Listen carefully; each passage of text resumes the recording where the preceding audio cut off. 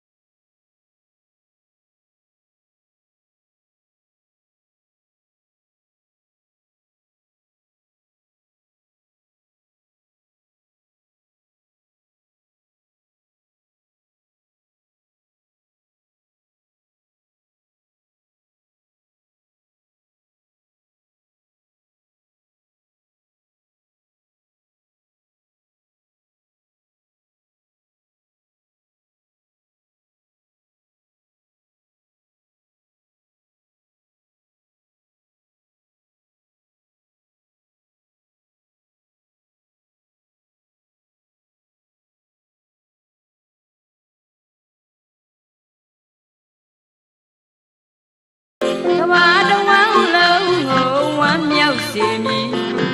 ယရနာရွှေငွေအချွေတွေတုံးမြည်96ဖြာအန္တရာယ်ကင်းမည်အကျိုး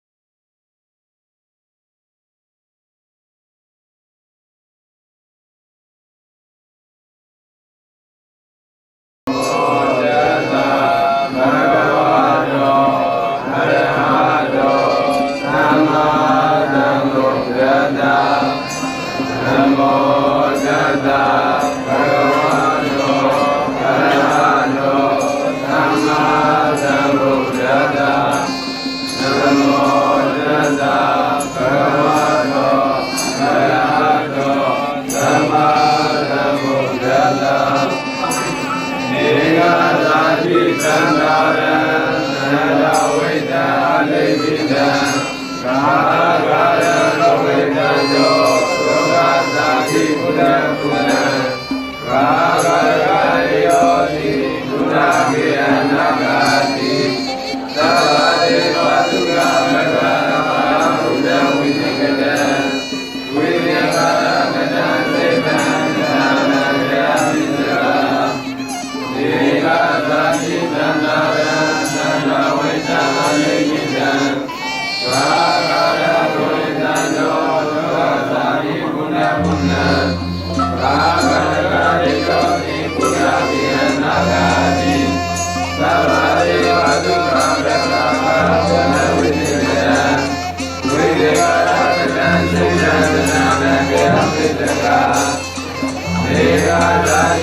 တာရဝိသနေတိနံကာကာရကိုဝိသနောသဘာသာတိပုရကုဏကာကာရတိရောတိပုရကေနာကာတိသဘာတိဝသုဘဝေကာဘုဒ္ဓဝိနေမေဝိနေကာရကတံစေတံသနာတံဗျာဝိတကာဝိနာပစ္စယသင်္ကာရသင်္ကာရပစ္စယဝိညာဏဝိညာဏပစ္စယနာမရူပနာမရူပပစ္စယကာယတံသာယနာပစ္စယဝတ္တောဝတ္တပစ္စယဝေဒနာဝေဒနာပစ္စယဝတ္တနာပစ္စယဝါဒနာဝါဒနာပစ္စယဘောဘဝပစ္စယသာတိသာတိပစ္စယသရမဏသောအာပိဒေဝသောအာလောမနသောအာရတသဘောတိဒေဝမေတ္တာဝိမာနသောကံယတသုခေယောတိယေတရာဝိပါဒုမောတိဓမ္မာအာရဝိရောယေလောကနတအာရကဝိနောဝိယတိတဗ္ဗာယာရောသာရာဣဒာဟိသဗ္ဗမဝေယယဒေဝသေတဝိရာဂနိရောဓံကာရနိရောဓောကေနာရနိရောဓဝိညာဏနိရောဓောဝိညာဏနိရောဓနာမရူပနိရောဓောနာမရူပနိရောဓသာယနာနိရောဓသာယနာနိရောဓပရဏနိရောဓဘာသာနိရောဓဝေဒနာနိရောဓဝေဒနာနိရောဓသနာနိရောဓသနာနိရောဓဘာဒနာနိရောဓဝါဒနာနိရောဓဘဝနိရောဓဘဝနိရောဓသာတိနိရောဓသာတိနိရောဓသာမဏသောကပိဒေဝဒုက္ခဒုက္ခဒုက္ခယသာနိရောဓတိဒေဝမေယတာဝိဝရဏဒုက္ခကန္တသံယောတိဒေဝဝေဝဒုက္ခတိဓမ္မာအာရပိတောယေဒုက္ခန္တအာရပိတောယေတိသဗ္ဗာယာရောမေယတိယနာဝိတိဝေဒနာပစ္စယသင်္ကာရသင်္ကာရပစ္စယဝိညာဏဝိညာဏပစ္စယနာမရူပနာမရူပပစ္စယသာယတံသာယနာပစ္စယဝတ္တဝတ္တပစ္စယဝေဒနာဝေဒနာပစ္စယဝါဒနာပစ္စယဘောဝါပစ္စယသာတိသာတိပစ္စယသရသရသသောကပိဒေဝဒုက္ခဒုက္ခဒုက္ခယသာသမောတိဒေဝမေတ္တာဝိဝရဏဒုက္ခကန္တနာသယောတိဝေဒာယဓမ္မာသေတဝိရဏနိရောဓသေနာယနိရောဓသေနာယနိရောဓဝိညာဏနိရောဓဝိညာဏနိရောဓနာမရူပနိရောဓနာမရူပနိရောဓနိရောဓသာရဏနိရောဓဗတ္တနိရောဓဘာသာနိရောဓဝိညာဏနိရောဓဝိညာဏနိရောဓနာမနိရောဓသနာနိရောဓဝါဒနာနိရောဓဝါဒနာနိရောဓဘဝနိရောဓဘဝနိရောဓသာတိနိရောဓသာတိနိရောဓသာမရဏသောကပိဒေဝဒုက္ခဒုက္ခဒုက္ခနိရောဓတိ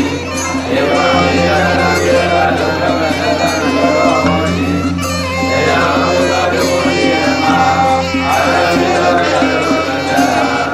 ဝိဝေယနေတိမာရိယံဒုတိယဝါဝေယကတ္တတေယမေတုပိစေယဝရပိစေယမေတ္တိပိစေယဝရပိစေယကာယနာပိစေယကာယနာပိစေယမေယကယပိစေယမေယပိစေယ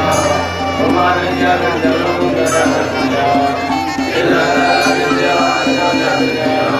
ကာမပိစေယကာရပိစေယအာရပိစေယဝေဒယပိစေယသာရပိစေယဝကပိစေယအာနိယပိစေယဘုဒ္ဓရပိစေယအာတိပိစေယဝတိပိစေယဝေရပိစေယဝေရပိစေယတိဘေယသောဝရိယမေလယမေတိပိစေယဧဝမေဝတေယောသုယသုယမေအာရတိယမေတိတေဝေဝေကေဝေရေတဘဝတနာရကဘောဘောတိသုယကေနမေနသောဝရတောရိယသုကရဘောဓရတိယမဟာသာယုရေယကကမောသကမပရိယရေယနောကမမတိနိတေကိရေယနိကသဝနာသမတေပိယေယေရတနာသုခိနာဝိနာဘောဓရာတိအာရောဝသုခိနာဘောဓရာတိ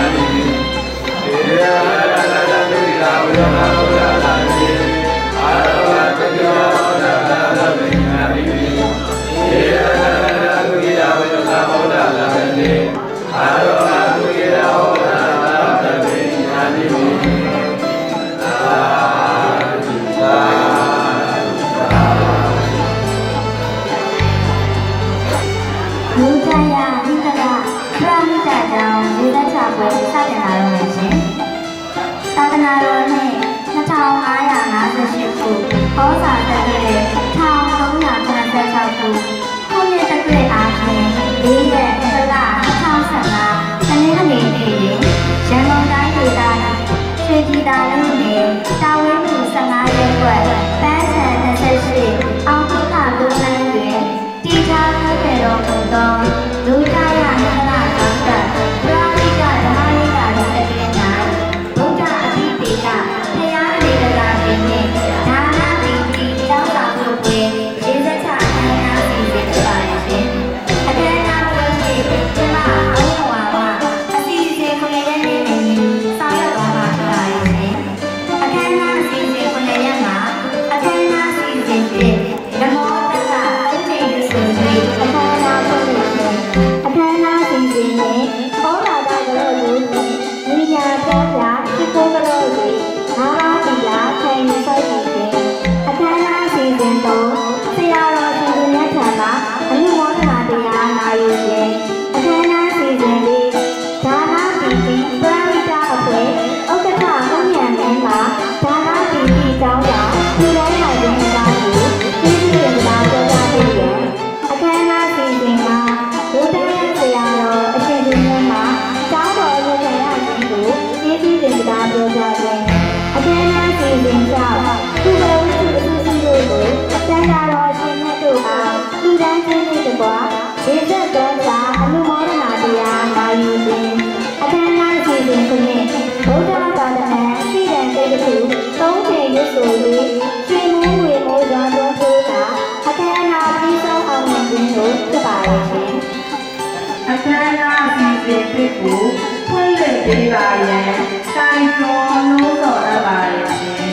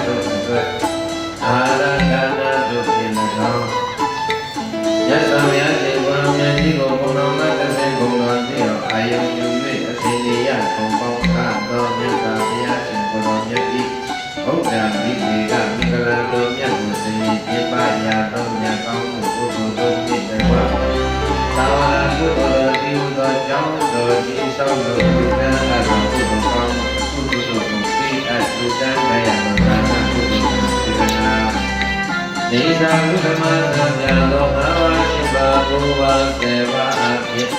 အခါအားလျော်စွာဘုံနာမတို့ကိုဆောင်သိကျေလုံးကြရမည်ဒီကကုသိုလ်စေတနာ နာယအသောပွားများအသောဘာဝနာမြတ်ကုသိုလ်ကံစေတနာပေါင်းတွေကြောင့်အလူသိဖြင့်မင်္ဂလာကိုပြုလုပ်ကြကုန်သောလူရှင်လူမပေါင်း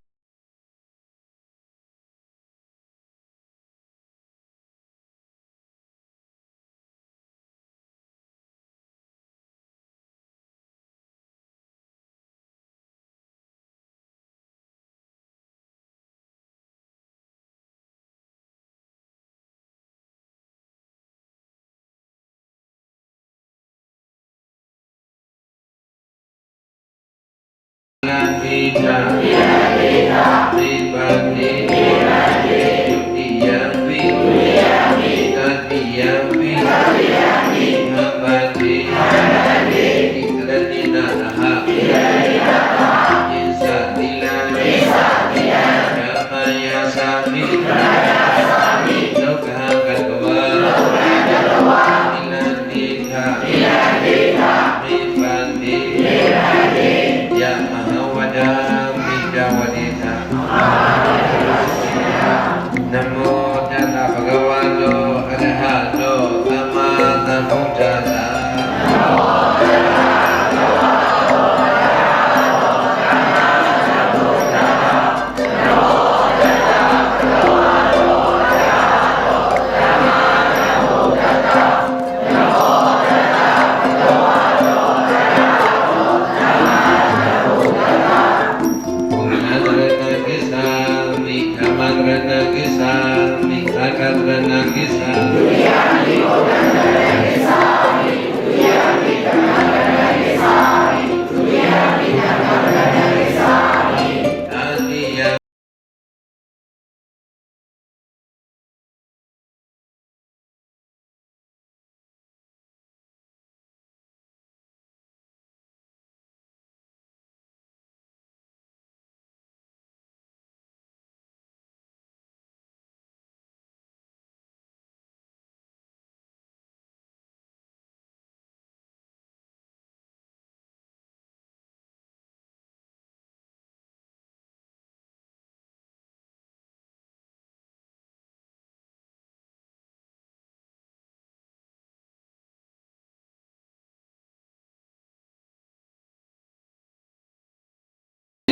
သာရာဝရမဏိသေခာပဒသမာတိယမိအာရေဝိသသာရာဝရမဏိသေခာပဒသမာတိယမိမုသာဝါဒာဝရမဏိသေခာပဒသမာတိယမိမုသာဝါဒာဝရမဏိသေခာပဒ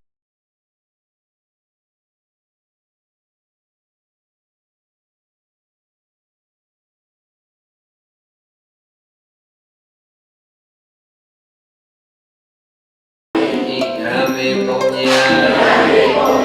အတောတယဝ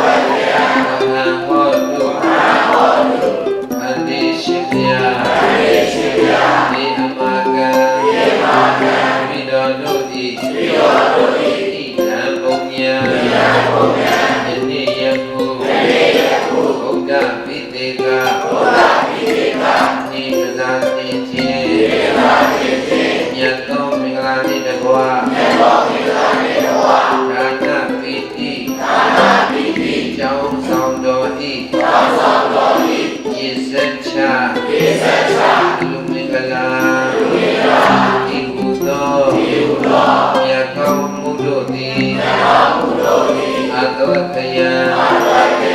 အတောလိတံကိုရမသောယတိပံသောဝဟဝဟတောကိုဆောင်နိုင်သည်ဟောတုဖြစ်ပါစေတည်းအထူးအားဖြင့်မိတော်တို့သည်တရားတရားသံဃာဒီပါဆရာသမားသာသနာတော်ဘုန်းကြီးစေပါပေါ်၌ကံသုံးပါးတို့တွင်ဘာဝသောကံတို့ဖြင့်ဓမ္မမိကံတည်ရှိသောဘုရားပြည့်တို့မှာခြေပါစေပြည့်မရှိသောကောင်းကျိုးချမ်းသာအနန္တကို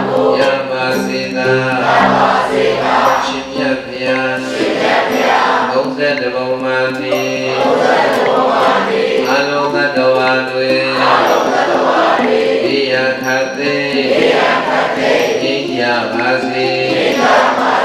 သို့ရင်ခတ်သိငြိမ်းကြပါစေဆင်းရဲခတ်သိငြိမ်းကြပါစေအလုံးစိတ်ဝမ်းဒီချမ်းကြပါစေဒီတရတိနာသာပစ္စေကသီလကရုကတ္တဝပမာတိနာသီလ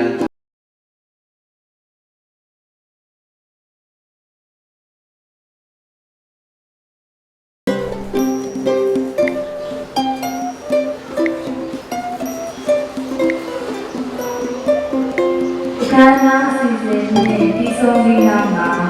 အခမ်းအနားစီစဉ်သုံးအရာဆရာတော်မှအနုမောဒနာတရားဟောကြားပေးပါရန်ပေးလျှောက်ပါလိမ့်ဗျာဆရာတော်ကတော့ရှင်ရတွေ့ဒီအငါမေတ္တာကိုဥစွာဘုရားအကြရအောင်အငါတော်ရှင်ပြန်များမှာဒီအနာပိတိကျောင်းဆောင်ကိုပွဲဘုရားလေးတွေကဒီချင်းကိုရှင်များနဲ့ဒီပါတို့လူရှင်များကျောင်းဆောင်လူရှင်များဒီလူရှင်များဘဝတာနာဒီတော့ဒီလူရှင်များအာလုံးတော်ပုရုရှင်တွေဘုရားသားကြီးအပေါင်းတို့ဟာမေတ္တာတရားကိုလိုတော့အပြည့်မေတ္တာတော့တာစေတနာတော်မြတ်ရှိကြတော်ကြပါလို့ဗျာမန္တသကဝါလေးတို့အတ္တရာကိစ္စလို့ပြောတာအတ္တမမုနိရာသတ္တသုဏတုသက္ကမောဟတံဓမ္မသဝနာကရောယံပတ္တတာဓမ္မသဝနာကရောယံပတ္တတာဓမ္မသဝနာကရောယံပတ္တတာနမောတတ္တဗုဒ္ဓဝါဒောရဟတောသမ္မာသမ္ဗုဒ္ဓတ္တနမောတတ္တဗုဒ္ဓဝါဒောရဟတောသမ္မာသမ္ဗုဒ္ဓတ္တနမောတတ္တဗုဒ္ဓဝါဒောရဟတောသမ္မာသမ္ဗုဒ္ဓတ္တယတာသဗ္ဗဝါဒောယခာတိဝတ္တိပိပိနံယမိစေဝါတုယောသံတော်ရတ္တိတိဝကရတိတောဒုက္ခသမတိသောသောသဗ္ဗမဂေသိနာပတ္တိ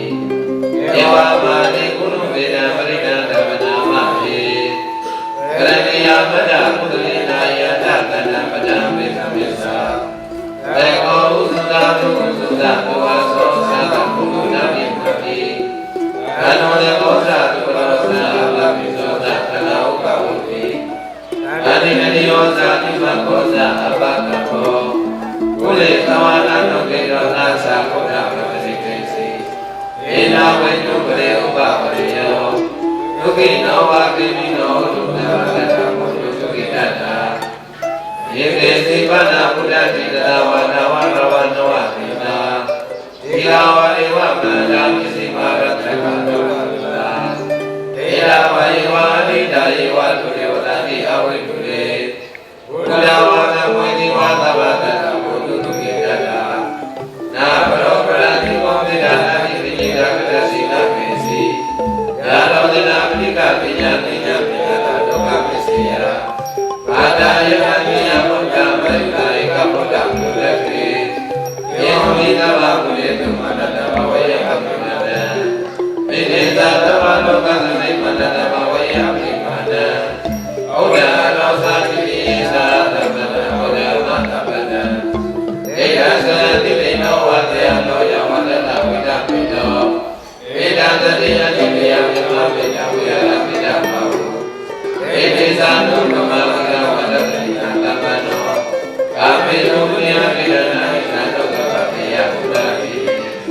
ဣတိပိနောဘဂဝါရသမဏဗုဒ္ဓောဝိသရဝတ္တတမနုတ္တောတောအနုတ္တရောပုရိသဓမ္မသရတိသတ္တဒေဝနုသနံဘုရောဘဂဝါသဗ္ဗာဘဂဝါတဗ္ဗောသန္တိတိကောအာဂါတိကောဧပတိကောပါတိကောဝိသဇဝရိတဘဝေတိသမတိမနောဘဂဝါတောလောကတံကောမုသောပိပန္နောဘဂဝါတောလောကတံကောညာယပရိပန္နောဘဂဝါတောလောကတံကောကာမိစေပရိပန္နောဘဂဝါတောလောကတံကောယတိတံသတ္တရိပုရိသယေကာနိယတပုရိသဘုဂလာဧတဘဂဝါတော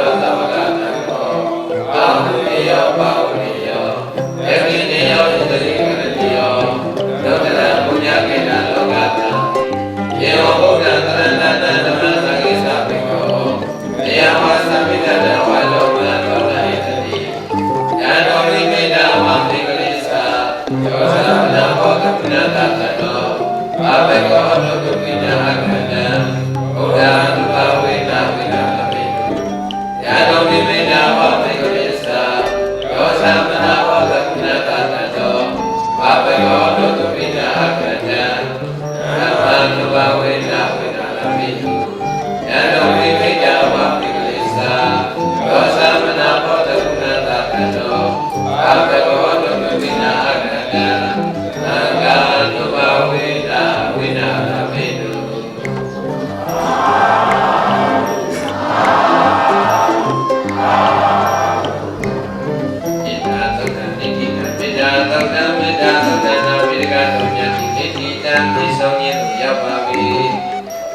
တံသစ္စာဝိသေနာသုခိတာဝန္တုပါဏိနော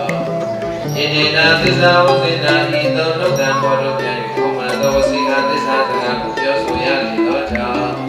ပါဏိနောခန္ဓာဝန္တသတ္တဝါတို့၏ဘာပါဏိနောယနေ့အလူပေးခြင်းမင်္ဂလာကိုပြုလုပ်ကြကုန်သောအလူရှင်တို့မှပေါင်းတို့သည်သုခိတာကိုစိတ်နှဝါချမ်းသာခြင်းရှိကြကုန်သည်ကိုလူပြကြပါစေကုန်သတည်းဤတို့ကသာစေယကသိမလည်းကိဉ္စကြကုန်သည်ကြပါစေကုန်သတည်းနိဗ္ဗာန်သာ96ပြားမြေယောဂမောင်းတွေမှာလည်းကိဝေကြကုန်ဘုလူပြကြပါစေကုန်သတည်းဒီသောကသာမညုမမိန်တကိုးရှိလျက်ဆိုရင်မတော့ကြောက်ကြဘူးဆွေးကိုတွေ့ခြင်းလုံးမှာလည်းကိဝေကြကုန်ဘုလူပြကြပါစေကုန်သတည်းဘုလူယခုဆိုအပ်သောသစ္စာစကားနှင့်ပုရဝသောမေတ္တာကြရှိဝါတို့ကြောင့်အချိန်တရားကောင်းကျိုးလိုလား၍ကောင်းမှုအပြားများပြုလုပ်ကြကုန်သောအလူရှင်တို့မှတို့ဤပစ္စဒသနာမှာဖြစ်ချင်တာမသမျှချမ်းစီရမသမျှဤရသမျှအရာအလုံးစုံ၏ဘုရားမသွေးပြည့်ပြည့်စုံကြပါစေကုန်သတည်း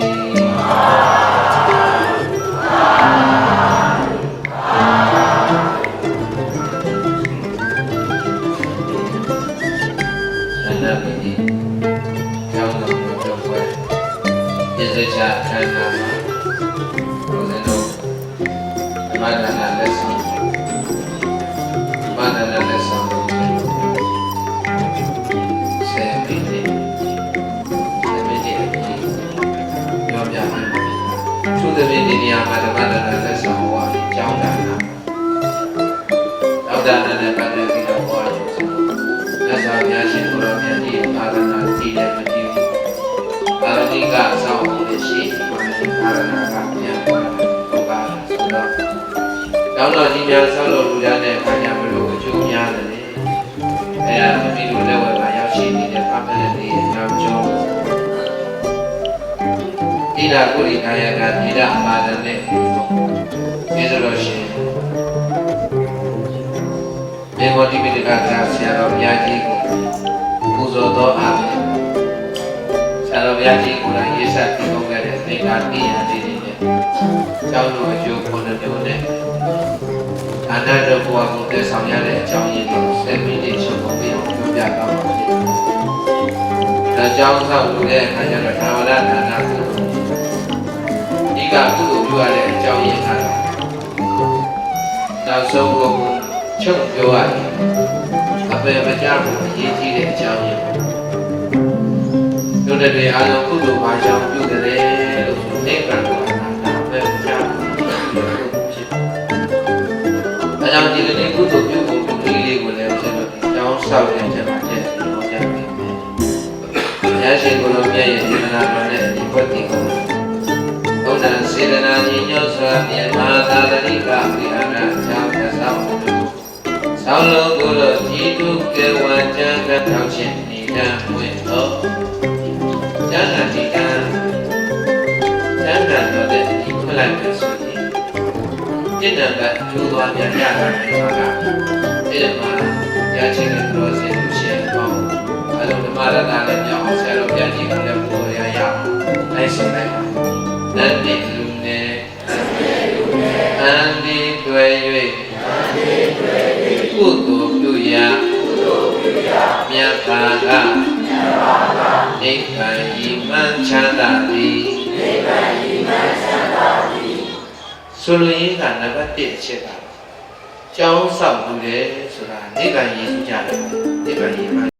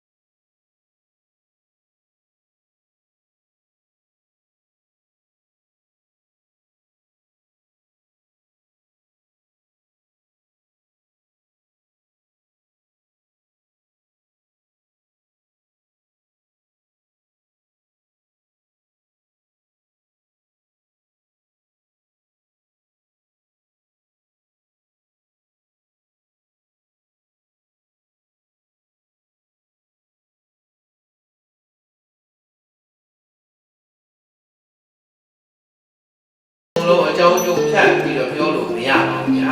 ဘဝတစ်ခုရည်ကြည်ကြတဲ့အပေါ်မှာဘူးဒီပြီးတော့ကြည့်လိုက်တချို့ဆိုလို့ရှိရင်အစင်ပြေလိုက်တာစမ်းကြရရပါလိမ့်မယ်လို့တော့အစင်ပြေတဲ့အကြောင်းရင်းတွေလို့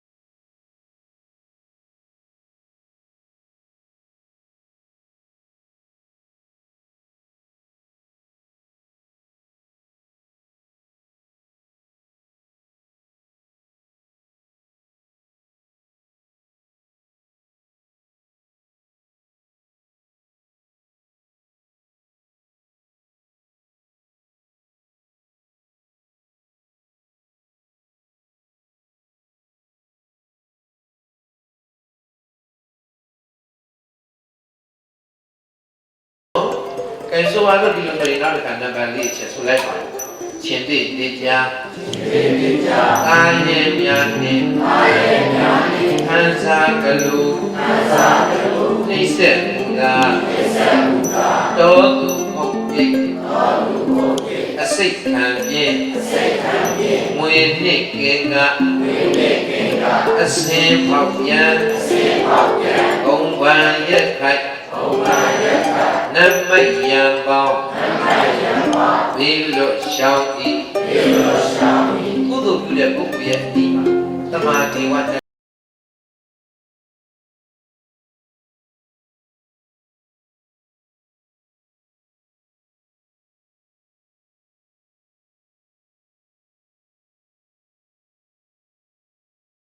ဲ့အခါကျတော့အဲ့ဒီကုသိုလ်ကိုစောင့်နေရတယ်နတ်ပြည်ကမလုပ်ပါနဲ့သူကအမြဲတမ်းတရားမှတန်ခါမှလည်းသိတယ်မိမမှဆရာမှလည်းသိတယ်မလုပ်ပါနဲ့မလုပ်ကောင်းဘူးကုသိုလ်ရှင်တယောက်ဖြစ်တဲ့နေ့အဲ့ဒီလိုမျိုးလုပ်လိုက်တယ်ဆိုလို့ရှိရင်ဒီလိုကံကိုချက်ပါဆိုးနေတယ်ထပ်ပြီးတွေ့ရတယ်ကြုံရလိမ့်မယ်ထပ်ပြီးပြင်နတ်ဆိုးတွေကိုနတ်ကောင်းတတ်တဲ့နေရာမကာကွယ်ပေးဘူးလားကာကွယ်ပေးတယ်ဆိုတာကကုသိုလ်ကကာကွယ်ပေးတာနော်ဒီနတ်ပြည်ကလည်းဘာကြောင့်စောင့်ရှောက်နေရလဲကုသိုလ်ရှိလို့စောင့်ရှောက်ရတာပြောပါဦးဘာရှိလို့လဲဟောတို့တရားရှိတဲ့သူတော်စင်လူရှင်တို့ရဲ့ဒီအပါမှာနတ်ဆိုးနတ်ယုံမှာနတ်မိစ္ဆာမြေဖို့ဒီလူကိုမူအောင်ဝေအောင်မောအောင်ဖန်ကားကလူကြီးတဲ့ပြုတတ်တဲ့တုံးသူခုံးဆုပ်ကဝေဒီပါဒီဖန်စားကိုမပြုတ်နိုင်ဘူးလေအဲ့ဒါကတခြားကြောင့်မဟုတ်ကုသိုလ်ကြောင့်နော်ကဲဒီလိုဆိုလို့ရှိရင်နံပါတ်5ဆိုပါဦးမကောင်းအိမ်မက်မမြင်မဲ့အိမ်မက်တွေပါလိမ့်မဲ့တယ်ဆိုလို့ရှိရင်လည်းတချို့ဆိုလို့ရှိရင်စိတ်ကူးရဝယ်ရလေတိုက်ကြီးတွေကိုလည်းရောက်နေကြတယ်အဲ့ဒီတိုက်ကြီးပေါ်တွေရောက်နေရတယ်ဆိုတာကတခြားကြောင့်မဟုတ်ကုသိုလ်ကောင်းမှုပြုလို့ရောက်တာနော်ကုသိုလ်ကောင်းမှုပြုရတယ်တချို့ဆိုလို့ရှိရင်ကောင်းတာလေးတွေမြင်မဲ့ရတယ်ကောင်းတာလေးတွေမြင်မဲ့ရတယ်ဆိုတာလည်းကုသိုလ်ကောင်းမှုပြုလို့ပါပဲအရာအားလုံးအိမ်မက်ဆိုးတွေမဲ့တယ်ဆိုတာဒါအကုသိုလ်ပဲတာပဲအိမ်မက်ကောင်းနေမဲ့တယ်မင်္ဂလာရှိတဲ့အရာတွေမြင်မဲ့တယ်နတ်သမီးလေးတွေမြင်မဲ့တယ်နတ်သားလေးတွေမြင်မဲ့တယ်ဇောင်းနှန်းကြီးတွေမြင်မဲ့တယ်ရွှေဘိုးကြီးတွေမြင်မဲ့တယ်ဘုရားမြင်မဲ့တယ်ရဟန္တာရှင်တွေမြင်မဲ့တယ်ဒါကုသိုလ်ကောင်းမှုပါနော်ကဲဒီလိုဆိုရင်လည်း6ဆိုကြသင်လည်းရဲ့တတိခိုင်မြဲပြီး၍ဝိပရိနံပေါက်ပြန်စေရင်ယူတို့ချင်းမှရှင်းလွတ်ရှောင်းကျိုးဆက်ကောင်းဤအဲ့ဒါတချို့သောပုဂ္ဂိုလ်များလူစိတ်ကြောက်ပြီးတော့အစဉ်ပြေဝင်မှုတို့လိုပါလို့ဖြစ်တာဆိုတာလေဒီကုသိုလ်နည်းမှုပဲနော်ဟိုအနုပညာလောကမှာလည်းပဲဒီတိုင်းကိုလောကဘယ်လိုကူးတယ်ပဲဝါကူးတယ်ညာဝါကူးတယ်လို့လာတယ်လေအရင်ကမှလည်းဒီတိုင်းပဲကူးလေပါဠိစသည်ဖြင့်ကြားနေရတာတရေကူးလိုက်ဆုံးကူးလိုက်နတ်ကူးလိုက် အဲ့ဒါ39မင်းဘူးကလာလည်းဒီတိုင်းပဲ39မင်းလည်းကောင်းတာမဟုတ်ဘူးနော်အဲ့မကောင်းဘူးလို့ပြန်ပတ်လိကေတာနဲ့တရားသဘောနဲ့ပြောရင်တော့မျက်နှာမလိုက်တာနဲ့ပြောရင်တော့ဒါအကုသိုလ်ကြီးတဲ့ပုဂ္ဂိုလ်ကြီးဘူးလားပဲတရားဟောတဲ့ဥပဒေကတော့သိကြတယ်နော်အာမနာနဲ့တို့ဒီကိဥပဒေနဲ့ရှင်းကြည့်လိုက်ရင်ပေါ့တရားနဲ့ဟောတဲ့ဥပဒေကြတော့ကောင်းတာလို့ရင်မကောင်းတာလို့ရင်ဒါဗုဒ္ဓရဲ့ဥပဒေအခုကပြဋ္ဌာန်းတဲ့ဥပဒေလေးကိုနည်းနည်းကြည့်ကောင်းတာလို့ရင်ထင်ရသလားစီးကျက်ဝါကျက်မကြီးတဲ့အကြောင်းရင်းလေးတွေရှိတယ်နော်ဘုရားဟောတဲ့အခုနဲ့မတူဘာကြောင့်ဒီခေတ်ကမှားတယ်လဲကောင်းတာလို့ပြီးတော့မကောင်းတာတွေဘာကြောင့်ဖြစ်တယ်လဲဘုဒ္ဓဆင်ကိုပြဘုရားကတော့ပြင်ဟိုအရိယတပ္ပကကလူတို့တန်းတို့ရဲ့ဆရာဖြစ်တဲ့အခါကျအမှားရှိသေးလားပြောတဲ့ညအကုန်မှစီကနဲ့ပြောတဲ့ညအကုန်မှတရားဟောလာတာကြားတဲ့လူတွေအခုလည်းမှားသလားတော့မှားအောင်လားဒီတော့အခါမှာလည်းမှန်သစ္စာနဲ့အကြိုက်ဟောတာမြတ်စွာဘုရားဘာကြောင့်ဖြစ်တယ်လဲခန္ဓာကြည့်ပြီးတော့ဖြစ်သွားတယ်စာဥစ္စာပြတ်လို့လည်းမဟုတ်ဒီခန္ဓာကိုကြည့်ပြီးတော့စာဖတ်ပြီးဖြစ်သွားတယ်တော့တကယ်ကြီးကဲဒီလိုဆိုလို့ရှိရင်ကုသိုလ်ကောင်းမှုကိုများများပြုကြပါရမီထုံလာတဲ့အခါကျလို့ရှိရင်ဖြတ်ကနေလက်ကနေအတိနဲ့တတိကိုင်းကြည့်တာနဲ့သောတာပန်သက္ကရာကနာဂယန္တာလည်းဒီကောင်းဖြစ်နိုင်တယ်နော်ကြိုးစားကြပွားများကြအားထုတ်ကြဒီနေ့လေးမှာကုသိုလ်ပြုကြရတယ်ဒီကဆောင်ကြရတယ်ဘာဝနာပွားများကြအဲ့ဒါလေးဒီတိုင်းတတိယဒီလိုဆိုရင်တော့ကိုယ်နဲ့ဆိုကြရနောက်ဘဝပစ္စည်းမဝဲဂုဏကဲကိုအရဟတဘောကိုထိုကျေစုလွန်ပြန်ပြုသည်သောက်ဦးလူကျုံခொနမျိုးသည်အခုတရားလေးခုံကြည့်တဲ့တော့နောက်ဘဝကျရင်ထပ်ပြီးခုံကြည့်တဲ့အစာအုပ်လူတဲ့ပုဂ္ဂိုလ်တွေပေါ့နော်နည်းနည်းလေးတကြံလူလည်းအစာအုပ်လူတာပဲတရားလူလည်းအစာအုပ်ပဲတကြံဒီပါလေတော့မရတော့ပါဘူးဟိုနိုင်ငံခြားတကြံဆိုရင်တော့သုံးလို့ရတယ်ပြတ်ပြတ်ပါတော့မရတော့ညောပြတ်တရားလည်းသုံးလို့မရဘူး50ဆိုလည်းဘုံတော့ပေါင်းမရဘူးနော်နေတာညောပြတ်50သုံးလို့မရတော့စိုင်းနေတော့ဝယ်တိတ်မရ20တန်းသုံးလို့ရမှာဒါနဲ့စိုင်းနေပြည့်ပြီး20တန်းပြည့်ပြီးတော့နော်ဒီဘာပဲဖြစ်ဖြစ်ပေါ့လေအဲ့ဒီတန်ဖိုးမရှိတဲ့30တန်းလူရင်းတဲ့ကျောင်းဆောက်တဲ့အဲမှာပါတယ်30တန်းလူရင်းတဲ့ကျောင်းဆောက်တဲ့အဲမှာပါတယ်စသဖြင့်ဆွမ်းနိုင်တယ်များလူကြတန်းကြကုသိုလ်ကောင်းမှုပြုများပါကုသိုလ်ပြုဖို့ရလွယ်တာတော့ဒီနေ့ကလောဘတရားတွေဒေါသတရားတွေမစ္စရိယတရားတွေနိုင်မှကုသိုလ်ပြုခွင့်တာဟုတ်လားကဲဒီလိုဆိုရင်ကုသိုလ်ပြုတဲ့အခါကျတော့အောင်ပွဲခံတာဒီလိုဆိုလိုက်ဆိုကြပါဦးလူဒါနပြုကြသောအခါမစ္စေဓာနှင့်လောဘတဏယံသူဝလာမချာသူစွာနိုင်အောင်တကမခံယလောဘနိုင်မှကုသိုလ်ပြုလာဒေါသနိုင်မှမေတ္တာပွားရတာမောဟနိုင်မှပညာဥဆောင်တာနော်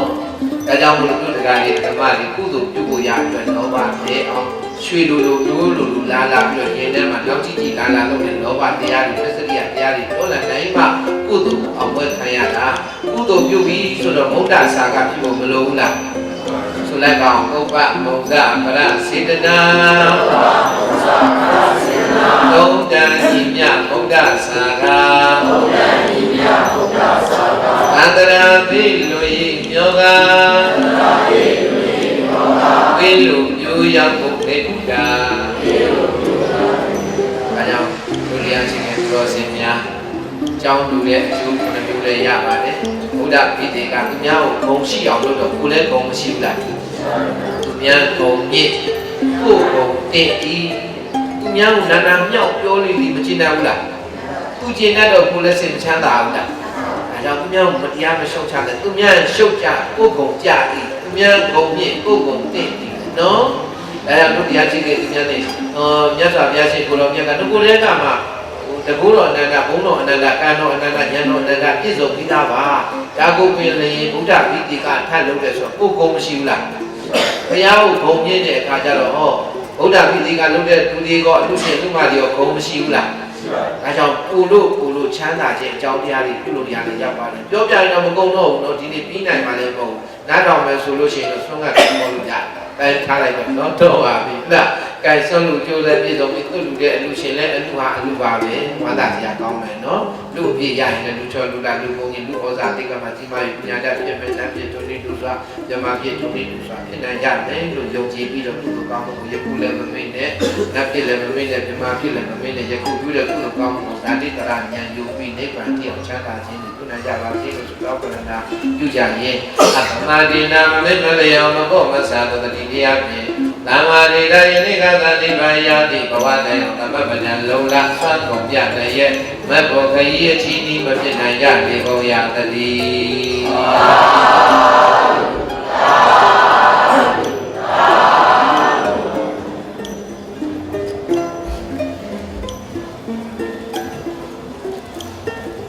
အခမ်းအနားစီစဉ်3ပြီးဆုံးပြီးနောက်မှာအခမ်းအနားစီစဉ်လေးအရာဒါနပီတိအဖွဲ့မှဥက္ကဋ္ဌဦးဉာဏ်သိန်းအားကျေးဇူးတင်စကားပြောကြားပေးပါရန်ဂျိုးစီလေးစားစွာပန်ကြားအပ်ပါရှင်တွားရလာကြတဲ့ဒုတိရှိလူကြီးမင်းများအလူရှင်များအပရိဒပေါင်းများဒါနပီတိပရိဒအဖွဲ့ဝင်များအားလုံးမင်္ဂလာပါလို့နှုတ်ခွန်းဆက်တာပါတယ်ခင်ဗျာဒါနပီတိပရိဒအဖွဲ့ကိုစားစကားပြောခွင့်ရတဲ့အတွက်ကျေးဇူးတင်ဝမ်းသာဂုဏ်ယူမိပါတယ်ကျွန်တော်တို့ဒါနပီတိပရိဒအဖွဲ့ကြီး2015နှစ်တည်းမှာ25ပေပေတရာရှိဒါနပီတိကျောင်းဆောင်ပြည်ကြီးကိုစောက်လို့လူဒန်းနိုင်တဲ့ဖြင့်အလူရှင်များကိုစားဝမ်းသာပီတိဖြစ်ရပါတယ်ယခုချိန်လူဒန်းခြင်းသည်ကျွန်တော်တို့ဒါနပီတိပရိဒအဖွဲ့10ချိန်မြောက်လူဒန်းခြင်းဖြစ်တယ်လို့လူဒန်းငွေပဏာမမှာလည်းအများဆုံးဖြစ်ပါတယ်စုစုပေါင်း300နီးပါးကိုကြတာလူဒန်းခြင်းဖြစ်ပါတယ်ခင်ဗျာလူဒန်းရဣန္ဒရာအကြောင်းတိုင်ဆရာတော်ဘုရားကြီးမှာ30ပါဝင်လူဒန်းခဲ့တဲ့ဖြင့်ဆရာတော်ဘုရားကြီးကိုလည်းအထူးကျေးဇူးတင်ရှိပါတယ်ဗျာတကောင်ဘွားစောက်လို့ရေးကုမ္ပဏီဥက္ကဋ္ဌဦးထွန်းထွန်းပေမှဝေချ30ဖြင့်ဒီကျောင်းဆောင်ဆောက်လုပ်ပြီးမိုးမိုးရန်အပူခံတို့ပြားများကိုလည်းလူဒန်းခဲ့တဲ့အတွက်ကျွန်တော်တို့ဒါနပီတိအဖွဲ့မှာအထူးကျေးဇူးတင်ရှိပါတယ်ဝင်းစားတော်ဆက်ပြီးသားစုမှစေတနာတရားထက်တာစွာကျပ်30တိတိကိုလူဒန်းခြင်းကိုလည်းအထူးကျေးဇူးတင်ရှိပါတယ်ဒီကျောင်းဆောင်အလင်းရောင်ကောင်းမွန်စွာရရှိနိုင်ရန်ရက်စစ်မီလူဒန်းပေးတော်ကိုအောင်လင်းခေါ်ကိုချောင်းစိန်ကိုလည်းအထူးကျေးဇူးတင်ရှိပါတယ်အများပြည်သူပူဇော်ကြည်ညိုနိုင်ရန်အတွက်ကျေးဇူးဘုရားဆင်းတုတော်လူဒန်းတော်ကိုရှိအေးကိုလည်းကျေးဇူးတင်ရှိပါတယ်ဒေါက်တာဇေယျအောင်ဦးဆောင်သောဒါနပီတိစေကုတ္တရေးအဖွဲ့ကိုလည်းကျေးဇူးတင်ရှိပါတယ်စကိုင်းနဲ့ရုပ်တံရိုက်ကူးရေးအဖွဲ့တို့ဝန်ထမ်းများအားလုံးကိုလည်းကျေးဇူးတင်ရှိပါတယ်နောက်ပြီးတော့တလတင်ကျပ်9000လုံးဖြင့်လစဉ်လူဒန်းပေးသော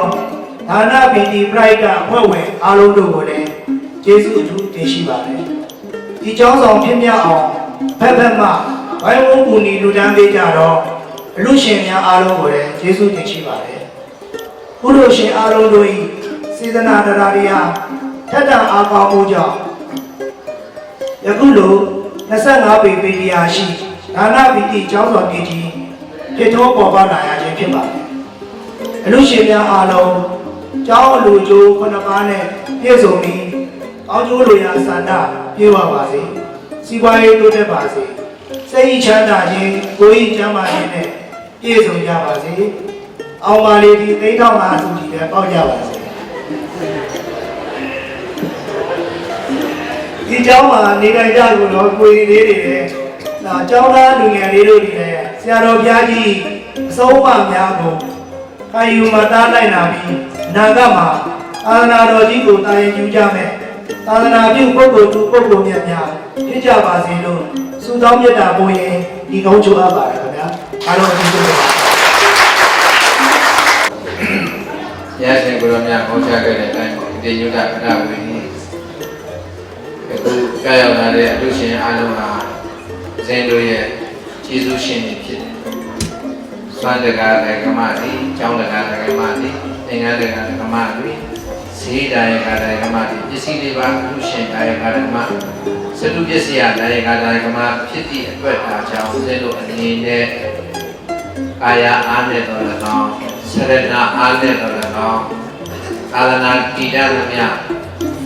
ကိုယ့်ရဲ့အသက်ရှိနေသမျှသာသနာတည်တတ်နေသမျှကာလပတ်ပရိယတိသာသနာဖြစ်ပေါ်ဖို့အရေးပฏิပါတိသာသနာဖြစ်ပေါ်ဖို့အရေးတတိဝေဒသာသနာထိုင်တတိဝေဒသာသနာအခုအညွတ်တိုင်းအောင်ဆွမ်းဆက်တော်မှာဆောင်ရွက်ခြင်းတွေကွာလိုက်တာလုပ်ငန်းစဉ်ကြီးကိုလည်းပဲညာနဲ့ထောင်းနဲ့ချီပြီးတော့ဦးဇင်းတို့နိုင်ငံတော်မှာတစ်စိတ်တစ်ပိုင်းအဖြစ်ဆွမ်းဆက်တော်မှာဆောင်ရွက်နိုင်တော့အကြောင်းတရားဖြစ်အောင်ကာရကမတို့လူတန်းကိုဆုစုတွေတဲ့ကနေဝိဝတိကပြု၍ဦးဇင်းတို့အားလုံးဆောင်ရွက်သွားမှာဖြစ်ပါတယ်အခုလိုလာရောက်ပြီးတော့အကြောင်းတော်ကြီးများဆောက်လို့လူတန်းပြီးအပ်တဲ့ကာရကမတွေတို့လူတန်းတော်ကာရကမတွေဘုရားလူတန်းတော်ကာရကမတွေအားလုံးပေါ့ဦးဇင်းတို့ဒီကျေးဇူးရှင်တွေကိုကျေးဇူးတရားပြောရမယ်ဆိုလို့ရှိရင်တော့ဘယ်လိုနည်းနဲ့မှလည်းပုံနိုင်ပါမရှိဘူး။အားကြောင့်လဲဆိုတော့ဦးဇင်းတို့တွေကိုယုံကြည်မှုများများထားပြီးတော့လာရောက်လူတန်းကြီးတည်ပြင်းနေဦးဇင်းတို့သူ့ပင်ကျေးဇူးတင်ရပါတယ်။အားကြောင့်ဒီခုလိုလာရောက်ပြီးတော့ကျောင်းတော်ဖွင့်တဲ့ကျောင်းတော်လူပွဲရတဲ့ခြာပွဲမှာလာရောက်ပြီးတော့ဆရာတော်ကြီးပေါင်းစုံစည်းမှုကိုဦးဇင်းတို့မာနနာနဲ့ကျေးဇူးဆက်ပါတယ်။နောက်ပြီးတော့အာဟာရဌာနကိုလည်းဖြည့်ဆည်းမှုဝေယဝဆပိုင်းခန္ဓာတွေမှာလည်းလက်မလည်အောင်လုပ်ပြီးတော့ကာယအားနဲ့လည်းကျေးဇူးဆက်ပါတယ်မနောကံတွေလည်းကျေးဇူးဆက်တယ်ပြီးတော့ဒုဒ္ဒိုင်ကဓမ္မတွေလူတန်းတဲ့ကျောင်းဆောင်လေးပေါ်မှာမကြခင်ကျောင်းသား150 200လောက်လာရောက်ပြီးတော့တဲခုပါပညာရေးတို့တောက်ဆုံးဆိုကြမှာဖြစ်တယ်အခုဆိုရင်လည်းဦးဇင်းတို့ကျောင်းတင်တာတစ်နှစ်နဲ့2လပေါ့တစ်နှစ်နဲ့2လတည်တဲ့နေရာမှာကျောင်းတော်ကအခက်အခဲကြုံတယ်အခက်အခဲကြုံတဲ့အခိုက်အတန့်မှာဒါနပီတိပရိဒတ်ဘုဒ္ဓဘွယ်သားများကလာပြီးတော့ပိတရား25ပေအကျယ်ဝန်းရှိတဲ့ကျောင်းဆောင်တော်ကြီးလူတော်မယ်ဆိုတော့ရေထဲမှာပေါ်မပြတတ်တော့ပိတိဘာမောက်စာကြီးဖြစ်ခဲ့ရတာမှန်ပါပဲဒီတော့ဒီကျောင်းတော်ကြီးဖြစ်ပြီးဆိုတော့ကျောင်းသားကြီးဒီဒါလည်းခါကြနေတရားထိုင်တရားလေးတွေလည်းအဆင်ပြေသွားမယ်ဆိုတော့ဦးဇင်းတို့စီကံပိုင်းကိုပြောပြလို့ရတော့မှာဖြစ်တယ်အရင်တော့ကတော့ကိုကြီးစာကြည့်တယ်ဦးဇင်းနေစရာမှမရှိကလေးတွေမှန်တော့လေတခြားနေရာသွားနေစရာမရှိဘူးလေတချို့အလူရှင်များပြောကြတယ်ဆရာတော်ဘယ်နေရာမှာတော့စီကံကောက်လိုက်တာအလူရှင်နဲ့မရောကလေးတွေကတတ်တတ်နှုတ်ကျုပ်ကျောင်းမှာကျောင်းမှာမရှိတာကလေးတွေတတ်တတ်ဘယ်လိုနေလို့ရမလဲပြောပြချင်တာပေါ့နော်အဲ့ဒါအလူရှင်များစိတ်မကောင်းမှစိတ်တွေပြတ်တာကြောင့်ရင်ထဲမှာကြိတ်ဖိတ်ပြီးခံတည်လေးတဲ့သင်္ခါလိုက်ပါတယ်ဒီတော့ယနေ့လူတန်းတဲ့ကျောင်းဆောင်ကြီးပေါ်ရောက်လာပြီဆိုရင်နောက်မှာကိုရင်လေးတွေလူရှင်များမှာရေဝဲတယ်ရှိလာမှာမဟုတ်ပါဘူး။ဒါလူရှင်တွေကိုရင်လေးတွေကိုတွေ့ကျင်နေဆိုရင်မဘဲပြေတာလေးလူတန်းချင်းဖြစ်နေတွေ့နိုင်ပါတယ်။သူတို့ဒီပြောနေကြမှာ150နဲ့200လောက်လူလဲဆိုရင်ကိုလေးတွေပြောကြပါတယ်။ပရိဒတ်ကျောင်းသားလေးတွေပါတန်ခနာဆရာပေါင်းပါတယ်။သူတို့လေးတွေအစားအသောက်လည်းချုံနေကြတယ်။ဒါဥစဉ်ကကိုညပစတ်ထီအောင်ပေါ်ပြီးတော့မိဘရင်းမချဘူး။ကျွန်းတဲ့တကယ်မချပါဘူးကလေးတွေဆိုရင်တို့လက်တကမ်းပေါ်ဗျာပရိဒတ်ချောင်းတိုင်းမှာလည်းပဲအဲကွန်းနဲ့မထားပါဘူးအမေတို့ချင်းကကလေးတွေကိုချင်းစာကိုလည်းကောင်းလေးချက်ငါတော့ရင်နဲ့အေးချင်တာခန္ဓာကိုယ်တွေပူလို့မနေနိုင်ကလေးတွေလည်းနေချင်မှာပဲဆိုအဲကွန်းလေးလုပ်ပေးပါအဲမှာအဲကွန်းနဲ့လည်းထားပေးပါဆရာဆရာမတွေကိုလည်းပဲအဲကွန်းလေးနဲ့တရားအောင်လုပ်ပေးပါနဲ့နောက်ပြီးကလေးတွေကိုလည်းပညာရေးရှုထောင့်တနေရာကရှိလူတွေသိမရှိအောင်လူတိုင်းအဲ့ဒါချောင်းမှာ7တန်း9တန်း10တန်းဆိုအဆောင်ကိုပို့ထားပေးပါတယ်။အဲလည်းတရားဟောရတာတွေကိုစမ်းတဲ့ညစူးစမ်းပြီးတော့တယ်။အဲ့ဒီတက်ကနေအရေးကြပေးရတာတခါတည်းတိုင်းနဲ့ဘုံနဲ့အုံနဲ့မပေးနိုင်ပါဘူး။နောက်ပိုင်းဆိုလို့ရှိရင်တော့အလူရှင်တွေကအားပေးလာရင်ပေးလာတယ်လားဦးဇင်းတို့တက်ထင်းတဲ့အပြိုင်နဲ့ပေးရင်လည်းပေးရမှာ။ဒါကြောင့်အလူရှင်များအနေနဲ့လည်းပဲပညာဒါနစမ်းတဲ့ညကိုလည်းယူဆောင်နိုင်ပါတယ်။10တန်းကျောင်းသားတယောက်ယူဆောင်ရင်လည်း10တန်းကျောင်းသားတယောက်လျောက်ပေါ့။ကိုယ်တိုင်ကျောင်းသားတရားကိုယူခြင်းနဲ့ကိုယ်တိုင်ကျောင်းသားအလျောက်ပေါ့ရှင်းတန်းကျောင်းသားယူခြင်းနဲ့ရှင်းတန်းကျောင်းသားအလျောက်ပေါ့တရားကိုဘယ်လောက်ဆိုတာကကတ်သက်သွားမှာဖြစ်ပါတယ်အဲတော့ပညာဒါနကိုစွမ်းတဲ့မြတ်ပရိဒတ်ပါရမီယူပြီးတော့ဖြစ်ကျင့်ပေးပါလူတိုင်းဟိန္ဒရာကျောင်းတိုက်ကြီးမှာပရိဒတ်ဆွမ်းသွားတမန်လုပ်နေပါတယ်အချိန်ကြီးလာရောက်ပါလိလာပါဆုစမ်းပါတိတိကျကျလိလာပြီးမှလူပါမြန်ပြောစကားနဲ့လည်းမလူပါနဲ့စံတော်ဝါနဲ့လည်းမလုပ်ပါနဲ့လာရောက်ပြီးမှတိတိကျကျလိုအပ်တဲ့နေရာရှုထောင့်ကြီးဖြစ်လူပါယခုလူတိုင်းကိုအစုတွေကိုလည်းကျေးဇူးတင်တယ် မလူတန်းပြရသေးတော့အလူရှင်တွေအားလုံးကိုလည်းကျေးဇူးတင်တယ်နောက်လူမယ်လို့အာရုံပြုနေကြတော့အလူရှင်တွေအားလုံးကိုလည်းကျေးဇူးတင်စကားပြောကြရင်လည်းလူတန်းရဟင်္ဒရာကျောင်းတဲ့ပရိဒတ်ဓမ္မရေးတာတို့တစ်နှစ်တစ်ခေါက်စောင်းနဲ့ကြည့်ရှုကြရင်သာသနာပြုနိုင်ကြပါစေလို့ကျေးဇူးဆက်ဩဝါဒကမကြာခြင်းဒီကုန်းဥပ္ပဒါများ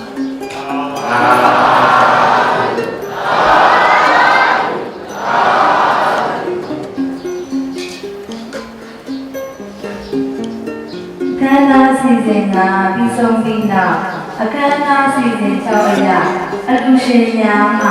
လူဝဲဝတ္ထုအဆူဆူတို့ကိုစက္ကန့်လူတန်းချင်းစီစဉ်ဖြစ်ပါမယ်။ဘုဖြစ်ပါ၍အလူရှင်များမှတန်ခါတော်ရှင်လူမြတ်များအားလူဝဲဝတ္ထုအဆူဆူတို့ကိုစက္ကန့်လူတန်းပေးပါရန်လူသေးလေးသားစွာပန်ကြားအပ်ပါရှင်။တစ်ဆက်တည်းမှာပဲ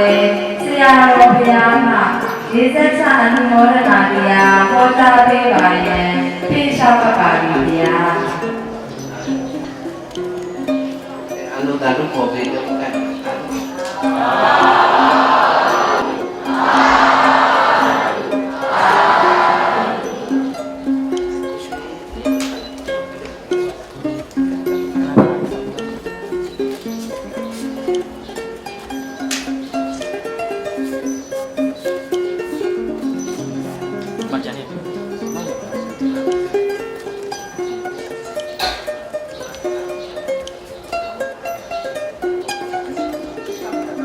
အားလုံးလိုက်ဆိုတယ်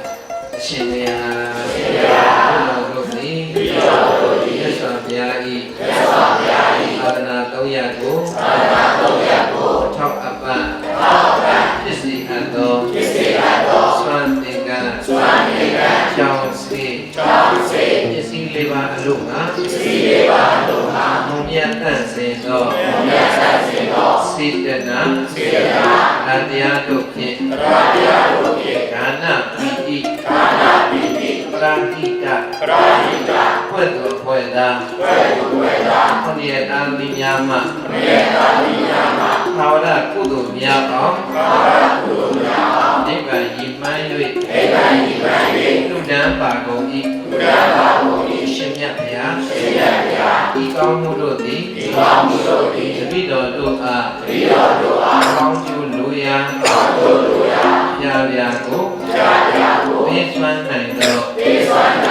ကြောင်းတရားတို့သည်ဖြစ်ပါစေသာရှင်မြတ်ဘုရား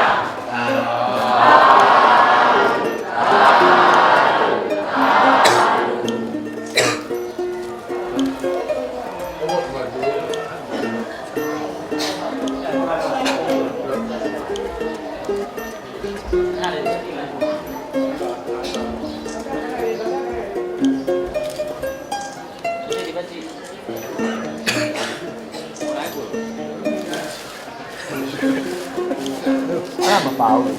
အဲ့ဒါမပါဘူးအဲ့ဒါဆိုလာပြပြီးဆိုလာပြီးဆိုလာမီးရဲ့ဆိုလာမီးဟုတ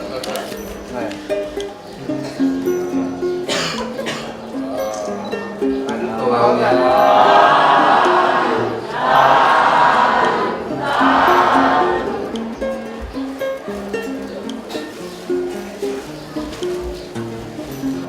အရှင်ဘုရားတွေ့တော်တို့သည်ကံကံအကျိုးကိုယုံကြည်ပါကုန်သည်ဖြစ်ပါ၍ဘုရားဗိတေကနေကစားနှင့်မင်္ဂလာပြုလုပ်ခြင်းဒါနပိတိကျောင်းဆောင်တော်ရေစက်ချမှုပြုလုပ်ခြင်းတွားရောက်လာသောအခါတော်များအာမဏိများဧည့်သည်တော်များနှင့်တရားလေးမျက်နှာရှိမတရားသာမိတို့အားဆွမ်းဟာရာသတုတိတာတာဟိတဒါနမြောက်အောင်လူတန်းကြပါကုန်၏ရှင်မြတ်ဘုရားဤကောင်းမှု ဘာကမြာကိုဘုံကျေးဇူးသူပင်ဒီမာနသောမိခင်မခင်ကျေးဇူးရှင်နှင့်ဆရာသမားဆန္ဒ၍ဘုသူများပေါင်းလို့အားမြတ်မြတ်ပြေဝေပါ၏သူအားဖြင့်နိယကုသူစေတုလကံသောကာဟိတဒါနာကုသိုလ်တော်ဘုဘာကတွေကိုမိတော်တို့၏ဘုမာဆောင်ကြဘုဆောင်နှင့်မိဆောင်နှင့်ပိဆောင်နှင့်ကျောင်းဆောင်နှင့်မာယုံဆောင်နှင့်ချမ်းဆောင်နှင့်လမ်းဆောင်နှင့်ရက်ွက်ဆောင်နှင့်ယူဆောင်နှင့်ဘာဆောင်နှင့်သာသနာတော်ဆောင်နှင့်အမြတ်တကောနတ်အပေါင်းတို့နှင့်တကွာလူတို့တည်းပြည့်ရှင်မင်းနှင့်ဒီရဲ့တည်းယမမင်းပါမကြံနတ်တို့တည်းတရားမင်းကိုသစ္စာထား၍32ဘုံ၌ဖြစ်လေကြကုန်သောဤအပ်မြေအပ်နေရများစွာသတ္တဝါတို့အားမြတ်အမြတ်ပေးဝေပါ၏မြတ်ရ၍ဝန္တာကြစေသောအားလုံးအတ္တမြတ်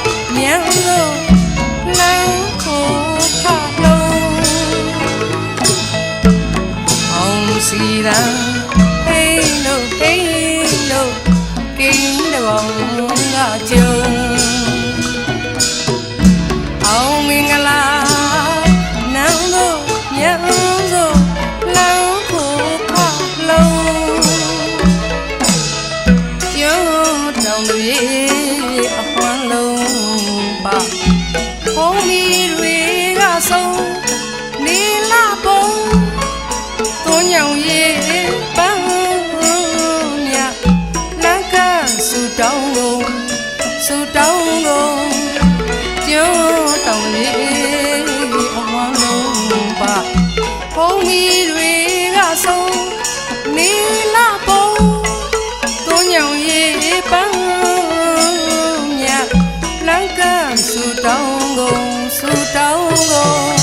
ပြန်မာစီကုန်ချမ်းသာစီကုန်ပြန်မာစီကုန်ချမ်းသာစီကုန်ယရနာဘုံ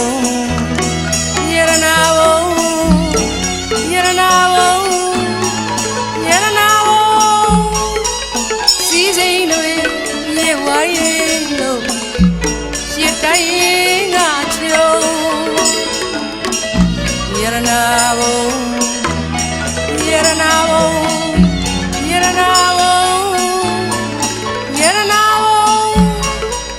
ကျွန်းလျာပြေဝမ်းတို့ဒီညုံလို့စီယုံစို့ဆူတောင်းမင်္ဂလာတင်္ဂယရနာဘုံ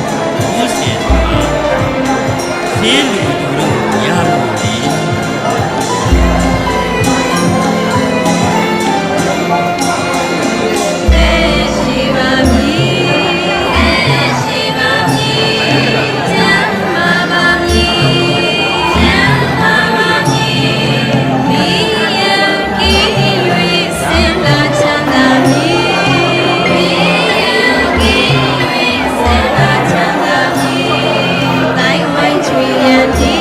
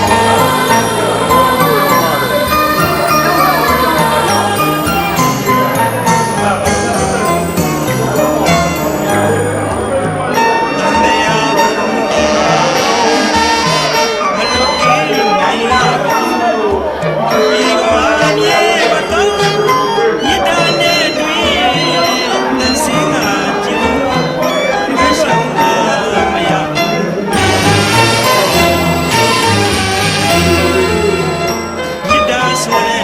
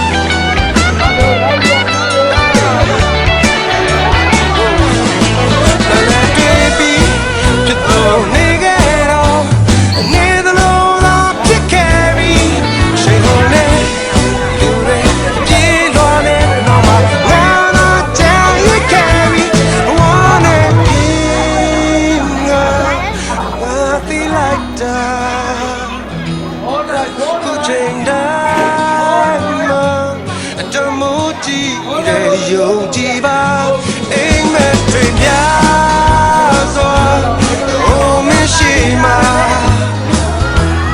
ပြန်မရနိုင်ဘူးကုန်လို့သွားတဲ့မင်းရဲ့ချိန်ရှင်ဝေများနဲ့မင်းပြန်လဲလို့မရပါရင်ငါတီးလိုက်တာပြန်မရနိုင်ဘူးကုန်လို့သွားတဲ့မင်းရဲ့ချိန်ရှင်ဝေများနဲ့မင်းပြန်လဲလို့မရနိုင်ပါ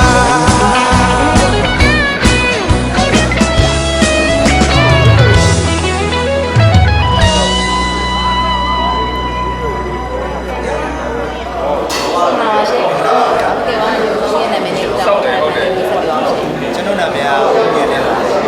ဒီပရိုက်တာပါ။ဟ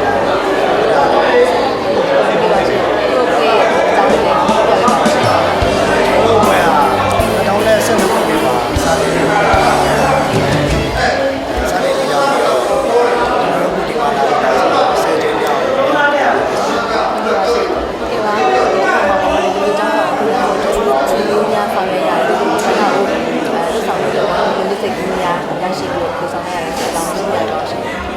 ကျွန်တော်တို့အားရပြီးတော့ဆရာတော်ရရတယ်။ဒီရဲ့ဒီစနေတဲ့အခါကျတော့ဆင်ပြီးတော့ဆရာတဲ့ကျွန်တော်ဇာတိပြပါစတယ်။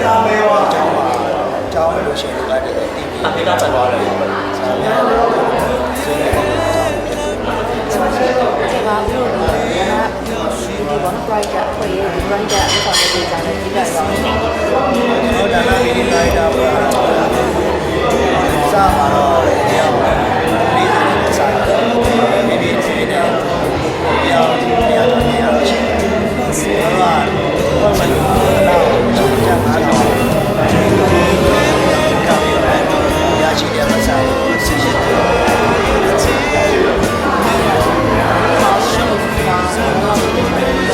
ကျောင်းတော့စူအောင်လမ်းကနေမှလည်း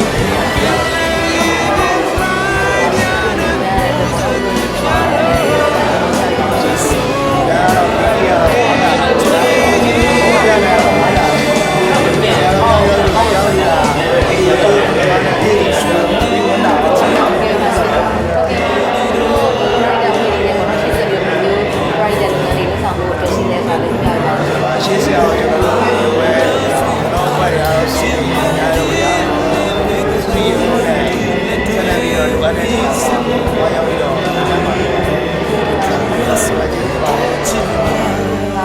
ဟုတ်ကဲ့ပါမင်္ဂလာပါ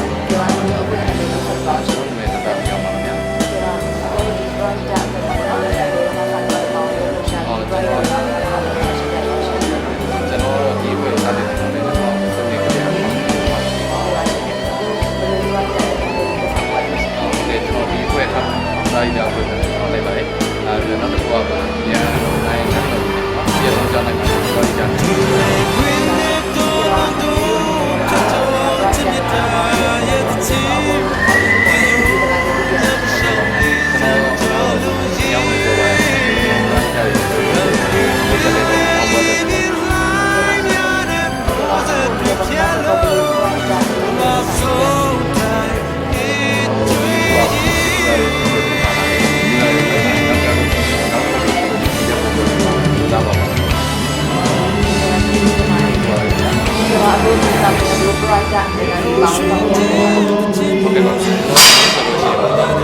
ဒီเจ้าမှာရှိနေတဲ့ကိုရင်လေးတွေရဲ့အကြောင်းအကြောင်းသားလေးတွေရဲ့အားလည်းစိတ်ကိုကြောက်အဲ့ဒါပြင်ဒီဘာမှဒီဒါရဲ့အကြောင်းအဲ့ဒီနောက်ဒီမှာလည်းဒါကိုကနေတဲ့အကြောင်းလေးကိုတော့ကျွန်တော်တိုက်ပါပြစိတ်ကူတာမလုပ်ဘူးနောက်တစ်ချိန်တော့ဒီကြောင့်ရှိနေရရှိမှာသွားဆရာကိုဒီဆရာကိုပါဖို့တယ်ကြိုးစားပါမယ်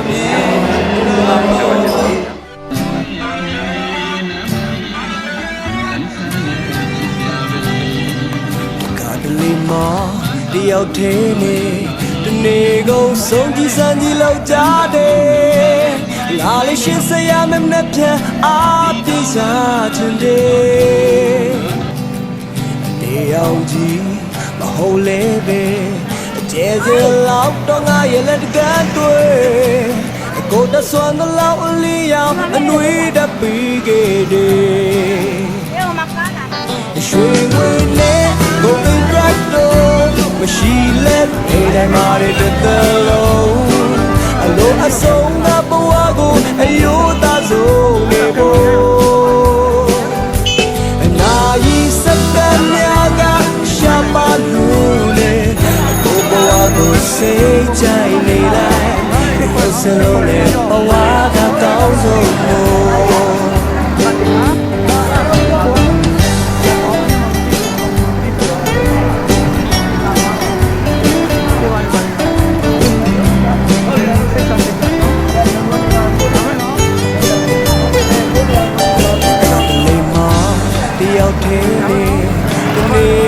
ဆုံးဒီစံဒီလောက်ကြတယ်ငါလေးရှင်းစရာမနဲ့ပြန်အားပြေးစားခြင်းတယ်ရောက်ကြည့်မဟုတ်လေကျေးဇူးလောက်တော့ငါရဲ့လက်ကတွေ့အကုန်နဲ့ဆွမ်းလောက်လေးရောက်အနှွေးတပီးခဲ့တယ်ရွှေငွေနဲ့ကိုယ်နဲ့တော့ရှိရဲ့နေနေပါတဲ့